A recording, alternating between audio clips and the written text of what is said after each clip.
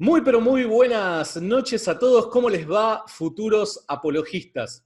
Esta es una noche fría en Buenos Aires, pero esto no nos va a detener para llevar a cabo aquello que ya teníamos pactado con un amigo, un genio, un crack desde Paraguay, tierra vecina, amiga, un amigo personal que además de yo conocerlo a él personalmente, saber la calidad de persona que él es, también sé de que sabe una bocha, sabe un montón y seguramente en esta transmisión, en esta conversación, vamos a aprender muchísimo.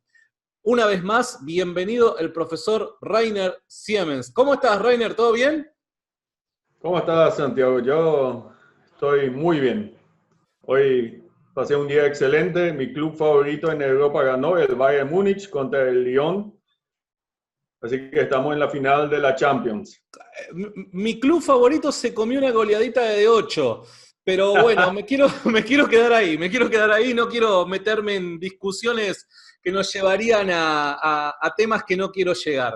El profesor Rainer, para aquellos que no lo conocen, el profesor tiene una maestría en teología y es profesor de teología en el CEMTA, Universidad Teológica Menonita en Paraguay. Así que hoy seguramente vamos a tratar de, como decimos nosotros los argentinos, ¿no? Exprimirlo al máximo al profesor para que podamos aprender un poquito acerca de este tema tan pero tan importante, tan pero tan también polémico, que es la cuestión de María, ¿no? La mariología también, meternos un poquito en esto. Reiner, ¿quisieras introducir el tema de alguna manera? Te damos el tiempo que requieras. Bueno, para la gente que no me conoce, justamente acá mi amigo Santiago ya estaba haciendo la introducción. Como él ya dijo, yo tengo estudios teológicos previos y ahora mismo estoy haciendo un doctorado en la Universidad de Ámsterdam. Y mi tema justamente es la Mariología, especialmente me enfoco en María en América Latina.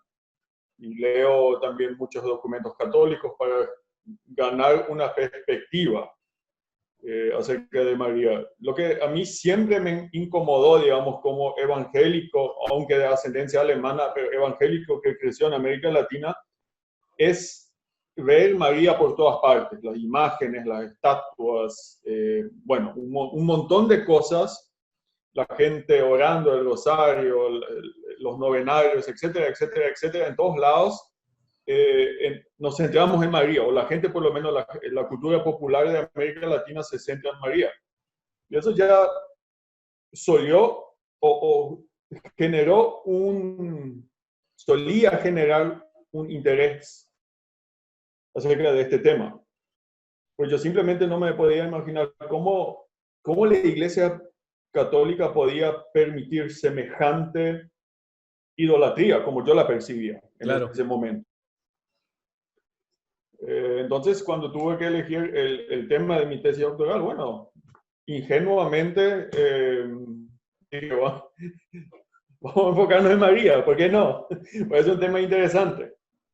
Eh, y lo que me sorprendió, parece, yo por lo menos hasta ahora, y estoy ya desde el año 2012 con este tema, yo todavía no encontré una tesis doctoral de protestantes o evangélicos de América Latina acerca de María. Es decir, yo pensaba, bueno, acá la búsqueda de material sería sería un problema que yo no iba a tener. Pero ese es el problema más contundente que yo tengo. Lo único casi exclusivamente que encuentro son autores católicos. Mira. Y muestra que María para las iglesias evangélicas y protestantes de América Latina en realidad no es un tema, aunque en todo nuestro contexto, María está presente a diario en América Latina. Uh-huh. Formó la fe de nuestros pueblos. María llegó al Nuevo Mundo con Cristóbal Colón, los conquistadores, ellos incluso conquistaron a América en nombre de María. Es decir, porque lo veían como una expansión de la reconquista de Iberia, de España y Portugal. Y ya cuando echaron a los musulmanes de España y de Portugal en el siglo XV, cuando terminó todo esto, el proceso de la reconquista, siempre la señal de la reconquista fue María. María daba las victorias. Entonces, se trajo a América Latina la María conquistadora de los españoles.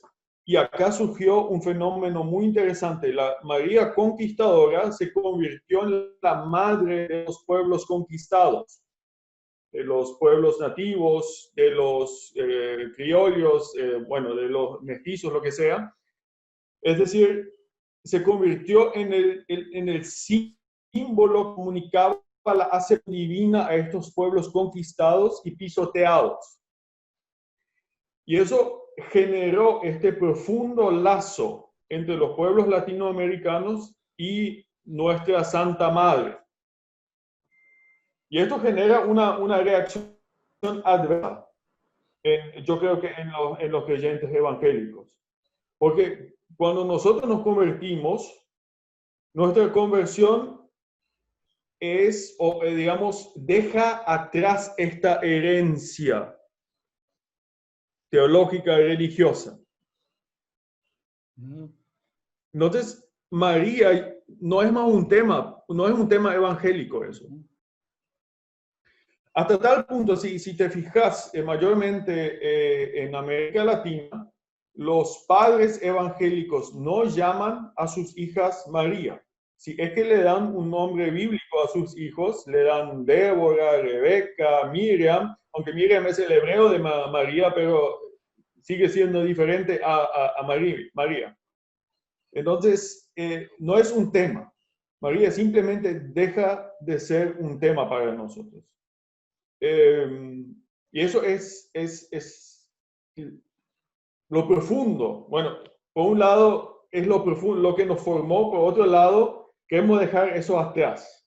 Y mismo acá en Paraguay, mira, yo vivo en una ciudad que se llama Asunción. ¿Y a qué Asunción se refiere? A la Asunción de María. Cuando Juan de Salazar fundó la ciudad de Asunción el 15 de agosto de 1537. El 15 de agosto es la fiesta de la Asunción de María. Por lo tanto, claro, nuestra ciudad capital en Paraguay se llama Asunción y no se refiere a la ascensión de Jesucristo, se refiere a la Asunción de María. O el 8 de diciembre, la Inmaculada Concepción de María, es el día festivo religioso más importante del Paraguay, donde más de 1 millón de paraguayos se van a Cacupé, el santuario nacional. Entonces, este es el tema. Nosotros no olvidamos María, a pesar de que María es parte fundamental de la enseñanza bíblica. Es fundamental de la enseñanza bíblica y yo creo que por nuestro rechazo del catolicismo popular, nos olvidamos de que María tiene una función muy, muy importante en la Biblia. Básicamente sería una parte introductoria. No sé si, bueno, ahora esa parte vas a tener que cortar. Bueno, esto me salí un poco para, digamos, explicarle a la gente. Sí, pero el texto cultural.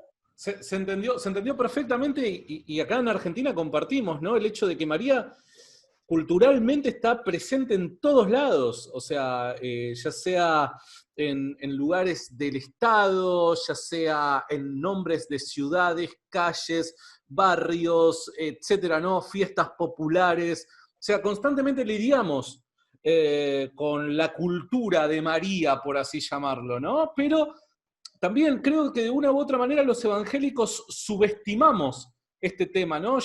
Es como que hemos sido enseñados, no, María es un tema, nada, de los católicos, eso está mal, etc. Y es como que nosotros entramos a la fe ya creyendo de que, bueno, ese es un tema al que debemos negarnos y ya está, y tema cerrado. Y personalmente estoy sumamente agradecido porque me hayas aceptado esta conversación, porque creo que no es tan así y no deberíamos subestimarlo al tema de esta manera. Creo que tenemos que darle la importancia que requiere, ¿no? Habiendo dicho eso, me pregunto, Rainer, ¿cuándo comenzó la importancia de María para la Iglesia? Y bueno, eso depende si te definís como católico o evangélico. Ajá. Ah, ¿Cuándo comenzó la importancia con María? Bueno, comenzó con Lucas 1. claro, Lucas 1 y Mateo 1. Cuando especialmente en Lucas 1, los versículos 26 a 38, viene el ángel Gabriel, se le aparece a María y le dice que va a estar embarazada con Jesucristo mediante el Espíritu Santo. Entonces, María en realidad estuvo presente antes que Jesús. claro. Y fíjate, si sos católico, incluso vas a discernir la presencia de María en el Antiguo Testamento. Claro. Porque, y eso viene de la iglesia antigua, porque la iglesia antigua pensaba que, bueno, que el mensaje del Nuevo Testamento implícitamente está presente en el Antiguo Testamento. Por lo tanto, la iglesia católica encontró a María, o por lo menos la tradición eclesiástica encontró a María en el Antiguo Testamento. Y según la tradición católica, la primera referencia a María la tenemos en el famoso protoevangelio de Génesis 3:15. Y eso es, Claro. obviamente, si te recordás, ahí es parte de la maldición a la mujer, a Eva, pero hay también una promesa dentro de eso. Sí, Y se habla de la batalla entre la simiente de la serpiente y la simiente de la mujer. Y dice el texto bíblico literalmente, él te pisará la cabeza. Pero fíjate, pasó una cosa muy interesante en la tradición. De acuerdo a la Vulgata Latina, la traducción oficial del catolicismo por muchos siglos, esa frase, él te pisará la cabeza, se tradujo con ella te pisará la cabeza. eso no lo sabía. Entonces, eso por muchos siglos se tomó como una referencia profética a María.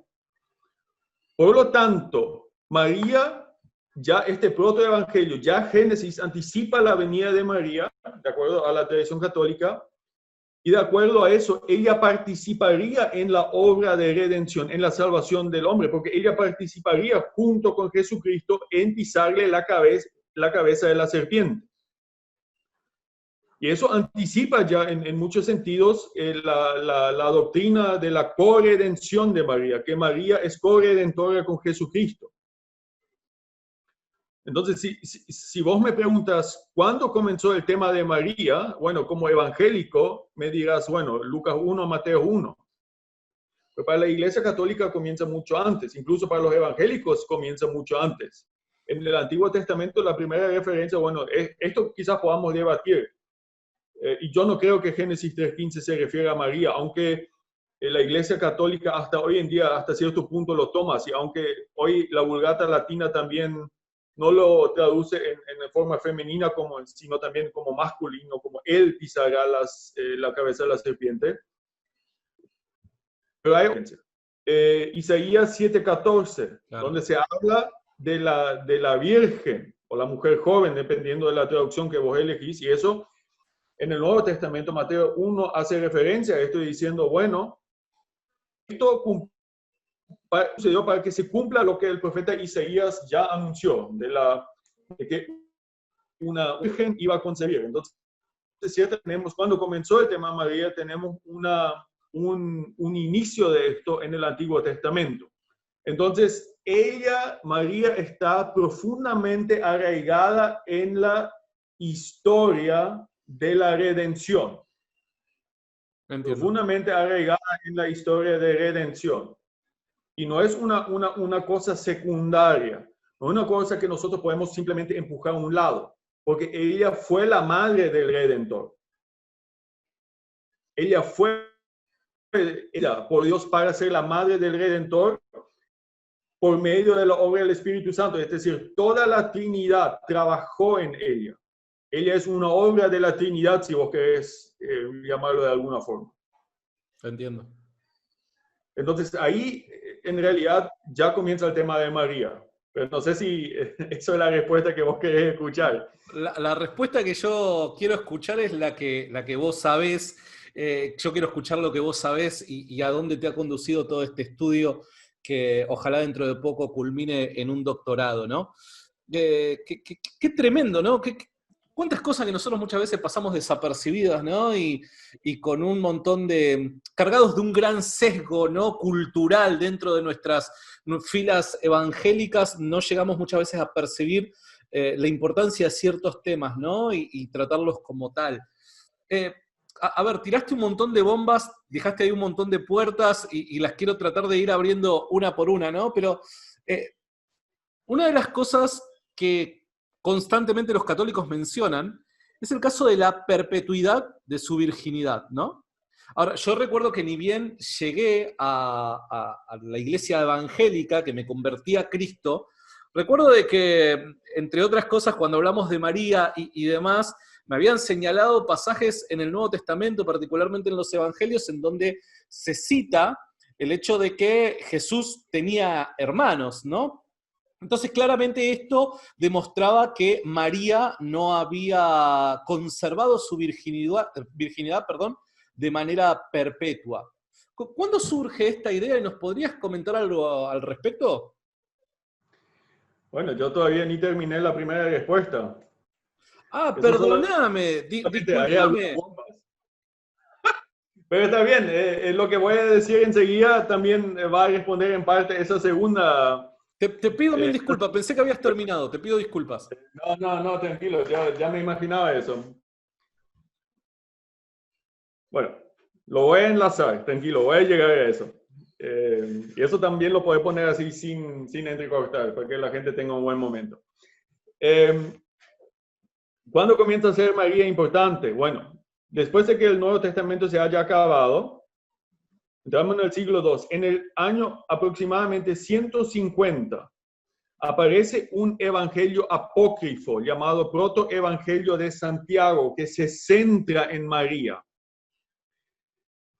Y ese protoevangelio del año 150 probablemente resume tradiciones ya más o menos del año 100.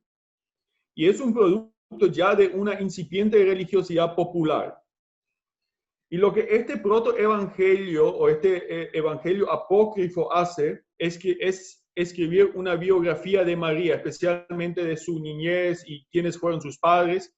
Ahí se menciona, por ejemplo, los nombres de sus padres Joaquín y Ana.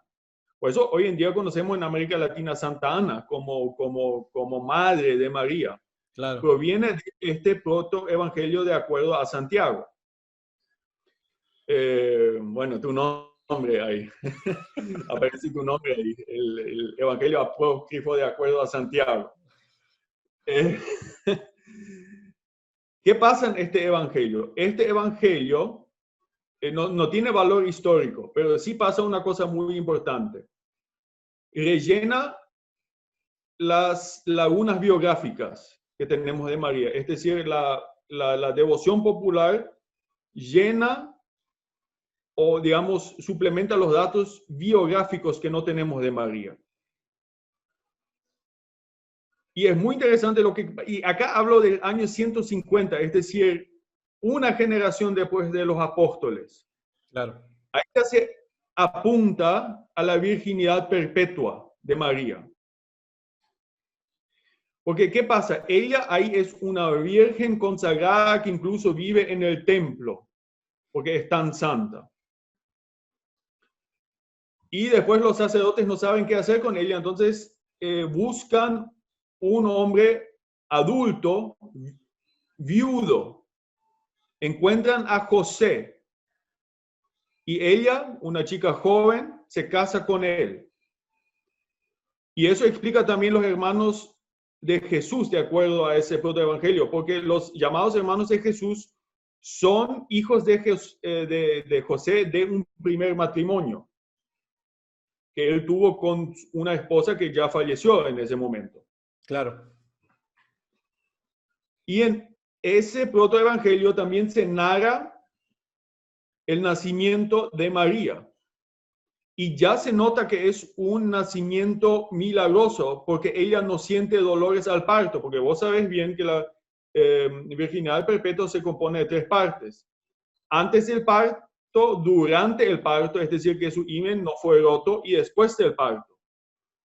Entonces, ya en este protoevangelio, eso se tematiza.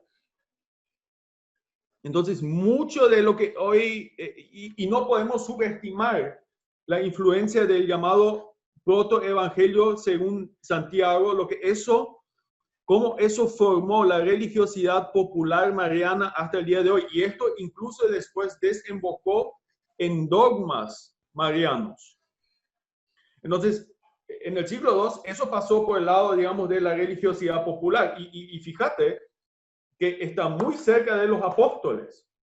Claro, sí. Algunos católicos dicen que incluso los apóstoles, bueno, los evangélicos decimos, bueno, eso todo no está en la Biblia, pero los católicos te van a responder, bueno, todo esto está muy cerca de los apóstoles. Quizás Totalmente. ya existió una tradición auténtica que provenía de los apóstoles de la importancia de María.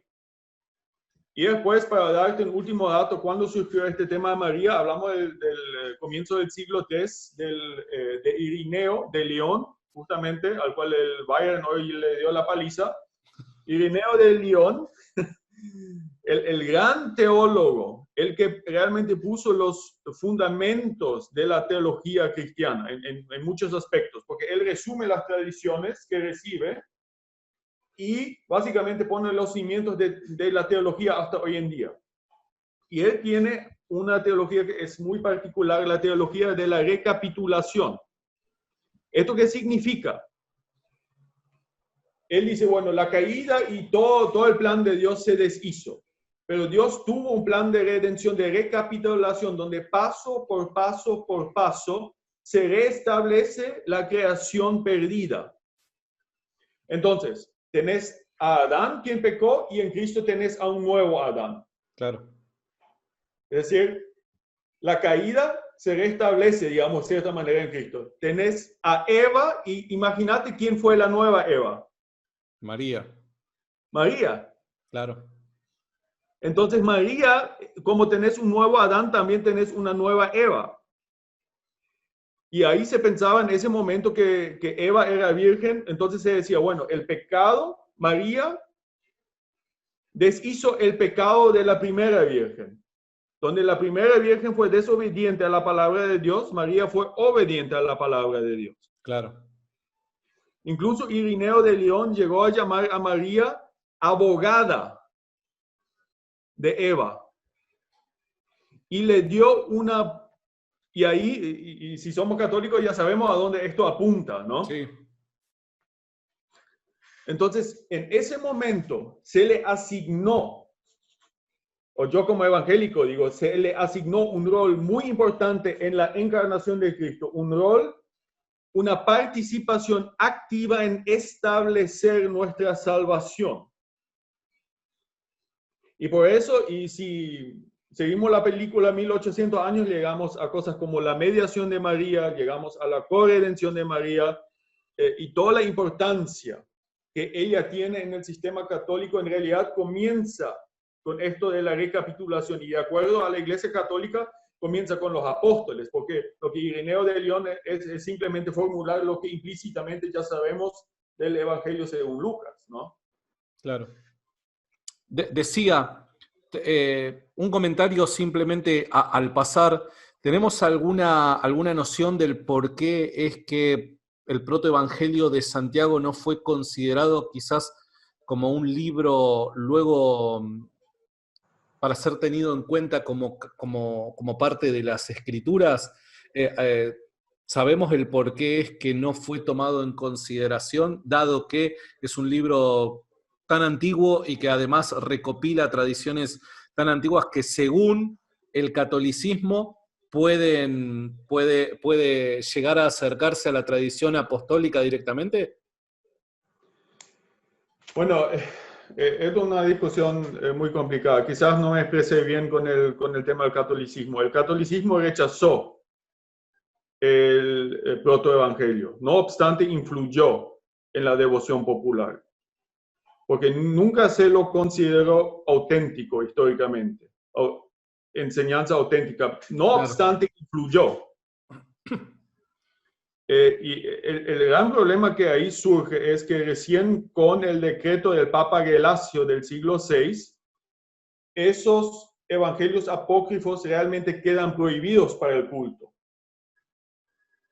Entonces tenés por siglos el hecho de que, y hay más apócrifos de María que influyeron la doctrina y la devoción de María.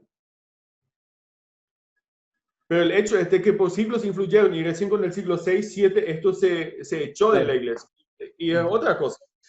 Hablamos del siglo II. El canon del Nuevo Testamento todavía no estaba terminado como hoy lo conocemos. Entonces había una serie de libros circulando. Sí, claro, claro, entiendo. Entonces, esto condujo a la situación de la cual hablamos, ¿no? Claro, claro, entiendo. A ver, vuelvo a repetir, esto es un comentario al pasar y digo, uno como historiador, ¿no? Creo de que hay ciertas razones por las que uno rechaza ciertos testimonios, ciertos documentos como testimonios, y digo, bueno, quizás sabemos cuáles son esas razones, porque en definitiva, más allá de que sean producido, este protoevangelio haya sido producido en el siglo II, puede recopilar tradiciones del siglo I y esto podría acercarnos a testimonios de testigos presenciales, dados los hechos, ¿no? Entonces, bueno, me preguntaba y digo, al pasar lo arrojo para ver a ver si podemos sumar algo a este caso, ¿no? Sí, Lo que el protoevangelio hace es contarnos cosas que sabe de los evangelios auténticos. entiendo. Y de cosas para las cuales no existe ninguna evidencia histórica y en efectivo siempre fue tomado así, Entiendo. como una producción ficticia. Entiendo. Pero lo que sí nos dice es que María gozó de una importancia Claro. muy importante entre ciertos grupos de creyentes primitivos. Claro. Entiendo perfectamente. Bueno, entonces, a ver, en el protoevangelio de Santiago hallamos esta, podríamos decir, información de una u otra manera. El protoevangelio de Santiago, ¿cómo decirlo? Suma esta información que andaba circulando, ya sea por tradición y demás, acerca de los hermanos de Jesús. ¿Podrías decirnos algo más al respecto? Efectivamente, el tema de la virginidad de María realmente, y la virginidad perpetua, que está justamente conectado con el tema de los hermanos y las hermanas de Jesucristo, el tema de la virginidad perpetua de María cobró mucha fuerza a partir del siglo IV. Y eso tiene que ver con el surgimiento de los monasterios, monjes y monjas. Sí. Entonces, para esta gente, María cada vez más se convirtió en un ejemplo de castidad sexual y también en un ejemplo de virginidad. Y entonces, para este clima espiritual cada vez era más inconcebible que la Santa Virgen hubiera tenido relaciones sexuales.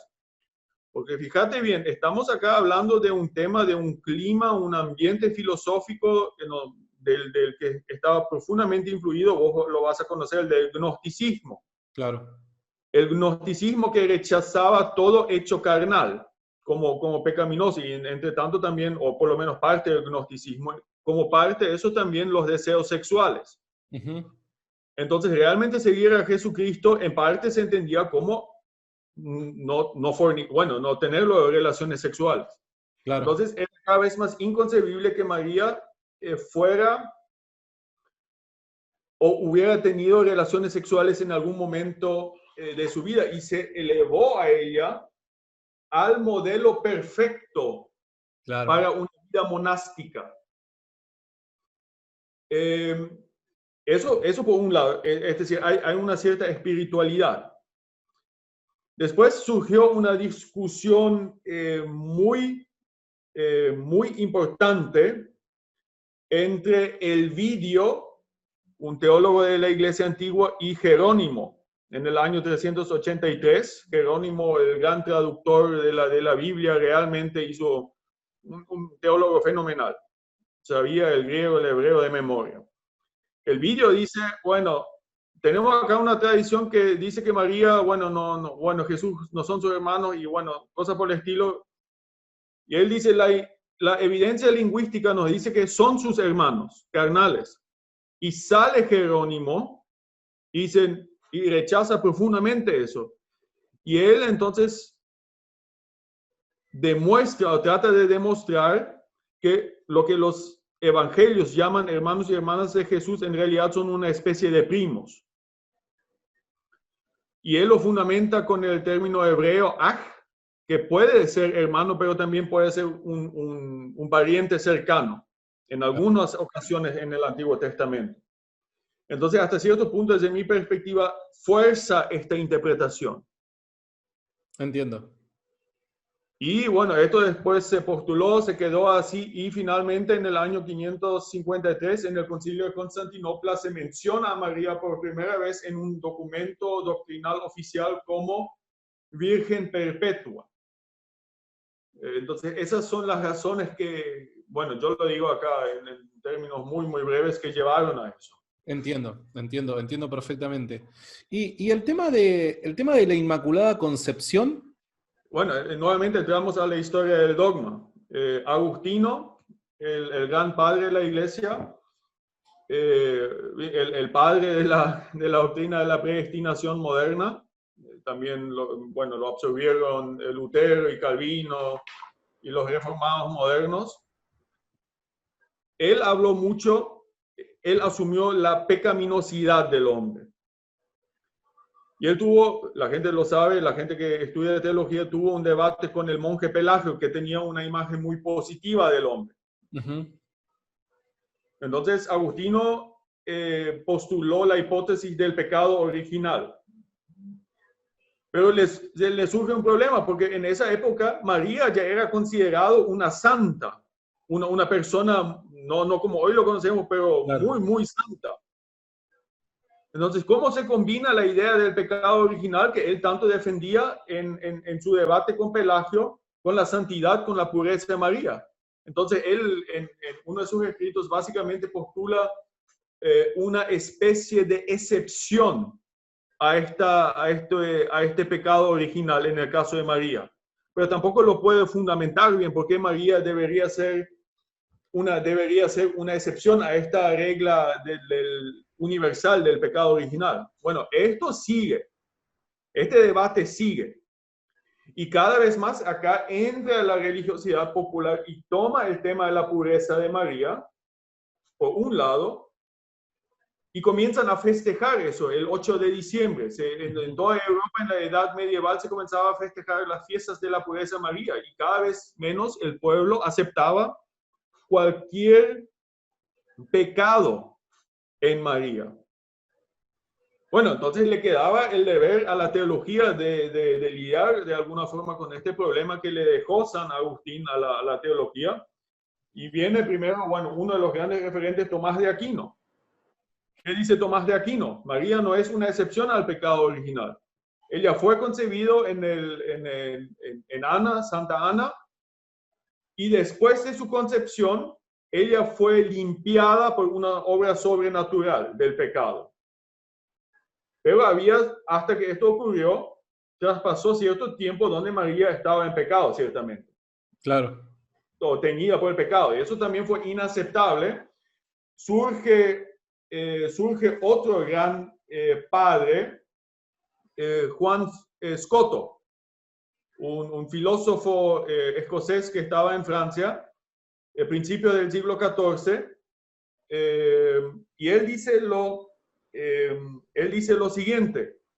Él, bueno, es muy humilde, propone una hipótesis y dice, ¿qué tal si lo pensamos así? Que la obra de Jesús en la cruz pre-redimió a María antes o en el mismo momento de su concepción.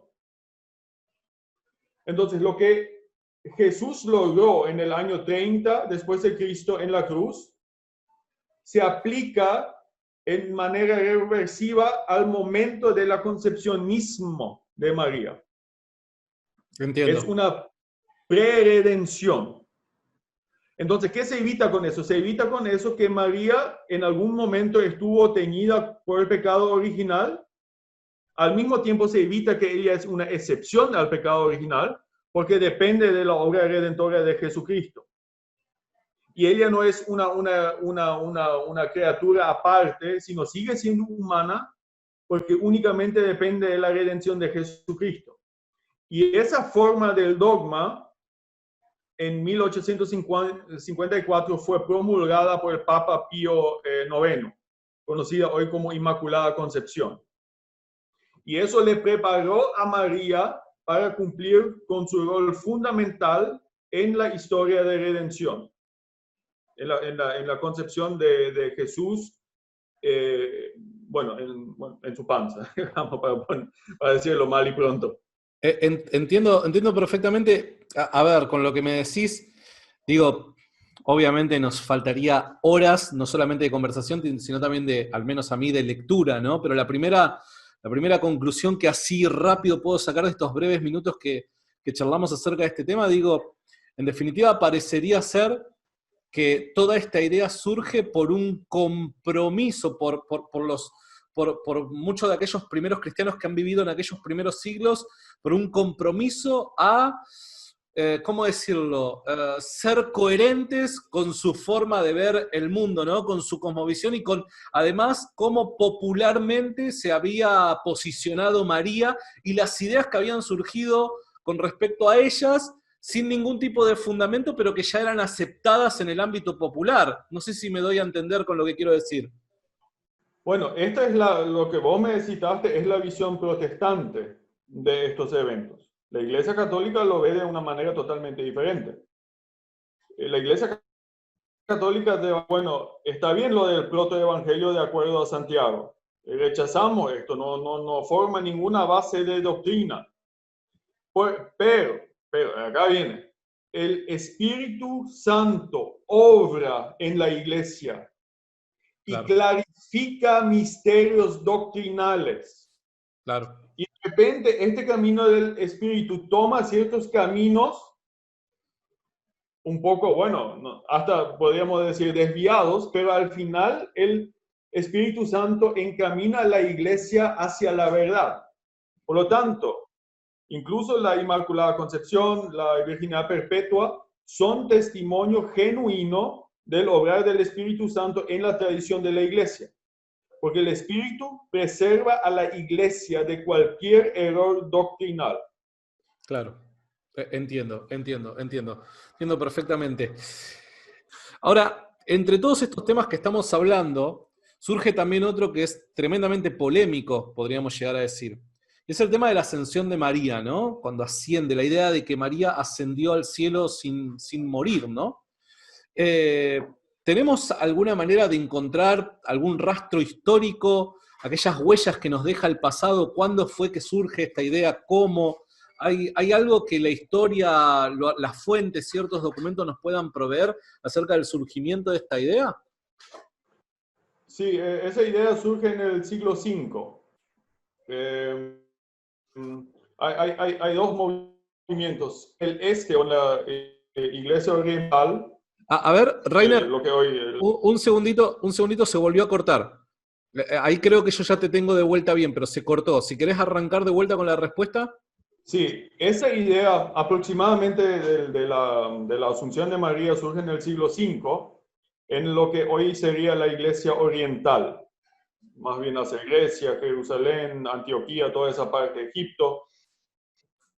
Y comienzan dos cosas. Se comienza a celebrar una fiesta el 15 de agosto de la Dormitio de María, básicamente de su paso a la eternidad, para ponerlo de alguna forma. Y al mismo tiempo, en esa época surge otro escrito apócrifo, la leyenda del tránsito de María. Y eso, bueno, ahí se habla de la muerte de María y su asunción al cielo. Y algunas versiones ni mencionan la muerte, sino su ascensión directa, porque existe en diferentes versiones. Entonces, ahí la fe popular comienza a creer que María fue llevada en carne y hueso al cielo. Algunas tradiciones afirman que murió, pero inmediatamente fue subida.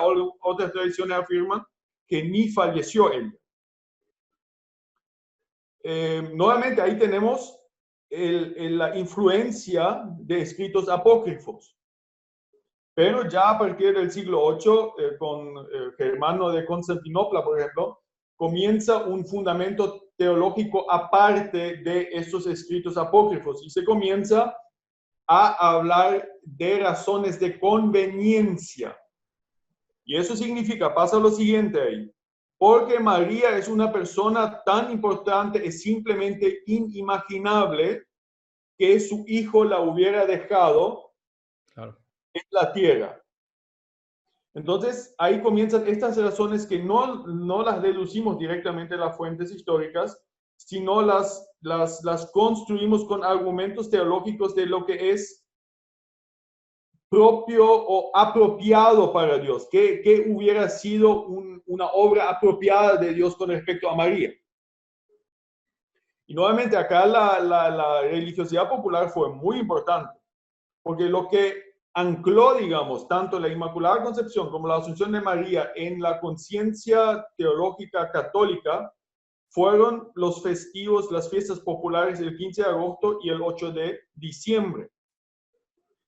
Entonces llegamos, y eso es lo mismo tanto en la Inmaculada Concepción como en la Asunción de María. Cuando entonces Pío el noveno en 1854 proclama la Inmaculada Concepción y Pío el 12º proclama la Asunción de María en 1950, utilizan la misma argumentación. Si vos te fijas, tanto para la Inmaculada de Concepción como también para la Asunción de María, ni la Biblia ni la tradición antigua de los primeros siglos nos dan evidencia. Claro. Entonces, ¿cómo ellos fundamentan eso? Y ahí utilizan un término latín, factum ecclesiae. Esta fe es un hecho de la iglesia. ¿Qué significa eso? El Espíritu Santo obró en la iglesia y clarificó esta doctrina. Y esto es muy problemático porque el modelo católico solía ser a partir del Concilio de Trento. ¿Cómo fundamentamos un dogma? Escritura más tradición. Llegamos a la Inmaculada Concepción y la Asunción de María, de repente no tenemos escritura y tradición. Bueno, entonces utilizamos la fe de la iglesia y hay una especie de círculo vicioso ahí. Claro. No hay evidencia para la fe de la iglesia, por lo tanto se pone la iglesia misma como evidencia. Y obviamente, para nosotros como protestantes, esto es muy problemático todo. Entiendo. Es muy problemático esto, esa especie de círculo vicioso en la teoría del conocimiento teológico. Argumentar en círculos. Sí. Acabas de darle en el blanco. O sea, es maravilloso lo que acabas de decir porque es cierto, al menos en estos dos puntos es algo a lo que tenemos que prestarle mucha atención. ¿Cuál es la razón por la que creemos en esto, ¿no? Me parece fundamental. Ya estamos finalizando, pero una de las cosas que más me llamaba la atención, ¿no? Como para poder tratar, era el tema de la oración a María, ¿no? La oración a María. ¿Qué nos podés decir al respecto?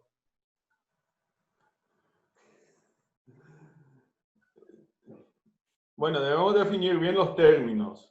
A ver. La iglesia antigua conocía una oración con María y los mártires y los santos.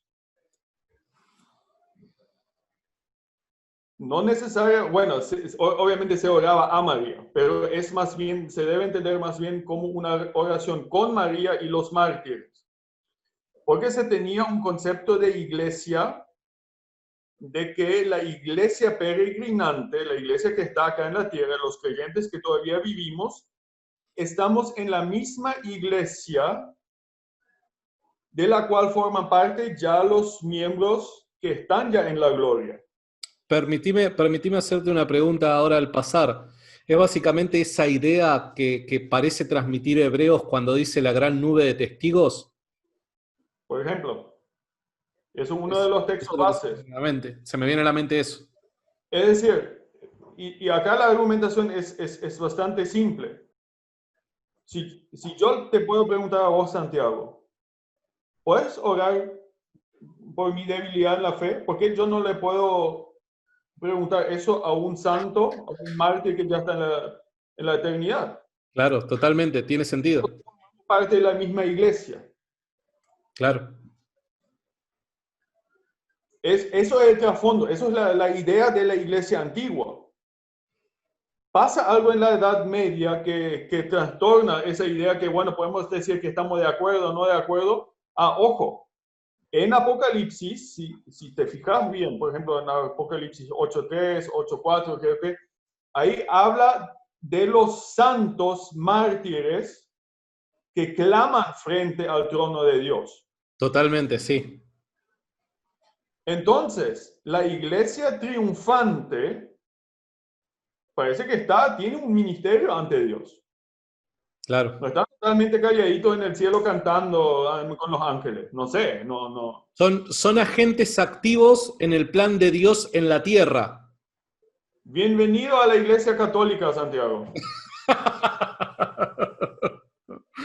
No, pero es que tiene mucho sentido lo que estás diciendo. ¿En qué parroquia te vas a congregar en Buenos Aires? Yo me voy a hacer monje, yo directamente me voy a apartar, ¿viste? Para no lidiar más con estos problemas de internet, voy a apartarme. Pero es que tiene mucho sentido lo que estás diciendo. Pero pasa una cosa con la devoción popular en la Edad Media. María, bueno, lo digo así, Cristo, por la doctrina, se enfatizaba mucho la divinidad de Cristo. Entonces, Cristo cada vez se alejaba más de la gente. Porque se enfatizaba mucho la divinidad y poco la humanidad. Además, se pensaba en Dios Padre. Acá tenemos un problema trinitario, en Dios Padre como un Dios muy enojado. Y Cristo está muy lejos y muy apartado, y un Cristo justiciero. Y el Espíritu Santo ni conocíamos. Entonces, ¿quién me conecta con Dios? Claro. Y María y los santos.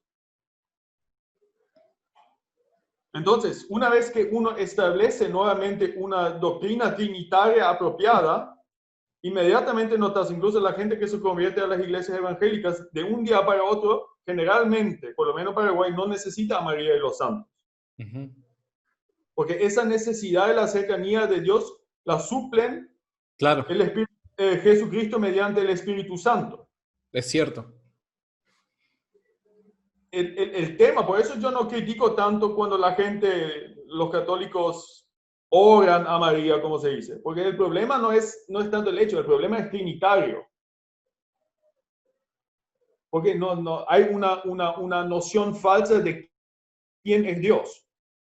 Se tiene la imagen de un padre enojado y muchas veces eso también tiene que ver con las constelaciones familiares en las cuales crecimos. Y hay una necesidad espiritual genuina que es suplida por María y los santos. Entiendo. Entiendo perfectamente, sí, y tiene mucho sentido, sinceramente tiene mucho sentido. Espero que no recibamos muchas piedras de nuestros hermanos evangélicos, obviamente, pero nada, me parece que a ver, yo me sumo y me parece que es multitud porque en realidad lo estás haciendo vos, pero es un análisis muy objetivo, y esto está bueno cuando tratamos de separarnos del sesgo que tenemos para analizar correctamente las evidencias y a ver hacia dónde ellas nos conducen. Me parece que eso es lo que nosotros tenemos que siempre hacer como cristianos, ¿no? La honestidad intelectual ante todo, ¿no? Y hacia donde las evidencias nos conduzcan. Me parece que eso está bueno. Un último hecho. Martín Lutero tenía una devoción a María. Sí, totalmente. Es decir, hay incluso en la tradición protestante, en la luterana y en la anglicana, hay cierta devoción a María. Lo que no se hace es asignarle a María un lugar especial. Ella es una más de la nube de testigos, no una mujer especial por encima de esta nube de testigos. Claro. Es decir, es una idea que no muchas veces, pero de vez en cuando aparece también incluso en la teología protestante, que nosotros estamos orando en conjunto con la iglesia triunfante. Claro. Es así, es así, es así. A ver, no te quiero robar ya mucho tiempo, me queda con la última pregunta y te agradezco mucho porque la verdad que estás, al menos yo estoy aprendiendo un montón. La última, recién mencionabas, ¿no? Este lugar de importancia que tiene María en el catolicismo, ¿no? De tal manera que, tal y como me parece que en tu introducción desarrollabas la idea de María como corredentora, la participación de ella en la salvación, ¿no? ¿Qué nos podrías decir al respecto sobre este tema? ¿Algo que nos pudieses mencionar? Eso todo depende de tu interpretación de Lucas 1:38. Lucas 1:38. Quiero chusmear a ver qué es lo que dice. Porque... No sé si lo quieres leer o lo leo yo. A ver, lo tengo acá a mano. Lucas 1:38. Dice lo siguiente. Entonces María dijo, he aquí la sierva del Señor, hágase conmigo conforme a tu palabra, y el ángel se fue de su presencia. La Iglesia Católica interpreta esto como una participación activa. Es decir, María activamente participó en establecer la redención. Porque ella dijo, sí, Jesús puede nacer dentro mío. Claro. Jesús no fue una persona cualquiera, fue el Redentor. Entonces ella participó en establecer la redención misma. Entonces la Iglesia Católica se pregunta, bueno, entonces también, ¿acaso no es corredentora? La Iglesia Católica no entiende eso como algo, ¿cómo lo digo? Que necesitamos a Jesucristo y María. La Iglesia Católica siempre entiende a María como obra del Espíritu Santo, es decir, todo lo que ella hace, lo hace debido a la bendición espiritual que proviene de Cristo. Es decir, María es obra de Dios. No obstante, ella dijo activamente sí. No es que ella, digamos, todo lo que hizo fue un regalo de Dios. Pero esto no sería utilizar términos de manera equívoca. ¿En qué sentido? Y si yo le atribuyo a María el término corredentora, me parece que en el sentido en el que María es o participa de la redención es muy distinto al sentido que nosotros le adjudicamos la palabra redención a Cristo. Entonces, creo de que ahí caemos en una especie de falacia, no, pero utilizamos términos que terminan siendo equívocos y podemos llegar a conclusiones erróneas, ¿o me equivoco?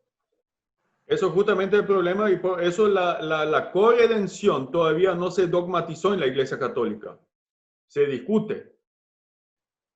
Y hay un amplio debate en la Iglesia Católica de cómo precisamente se tiene que definir este término para evitar ponerla a la altura de Cristo.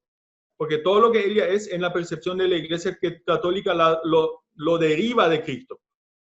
Ella mediante la Inmaculada Concepción fue salvada por Cristo. Claro. Entonces no es corredentora en el sentido de que está al mismo nivel. Mientras que si sos protestante, vos vas a interpretar Lucas 1:38 de manera totalmente diferente. No es que Dios te consulta a María si, por favor, puedo encarnar mediante vos mi hijo amado. Y María, no. Es totalmente diferente. Si vos te fijas en la gramática del texto, el ángel dice imperativos. En el griego es una serie de imperativos. Es decir, no es una cuestión. Es un mandamiento, son una serie de serás o estarás encinta, cosas por el estilo. Entonces, no es que el ángel le consulta a María. O sea, María en definitiva termina sujetándose a lo que Dios ya había planificado. Claro. Claro, eso es la interpretación protestante Claro. de esto. Por lo tanto, ella llega a ser, y acá hablo con Martín Lutero, un ejemplo del sola fide y sola gracia. Únicamente la gracia de Dios obra en ella y únicamente ella en fe responde.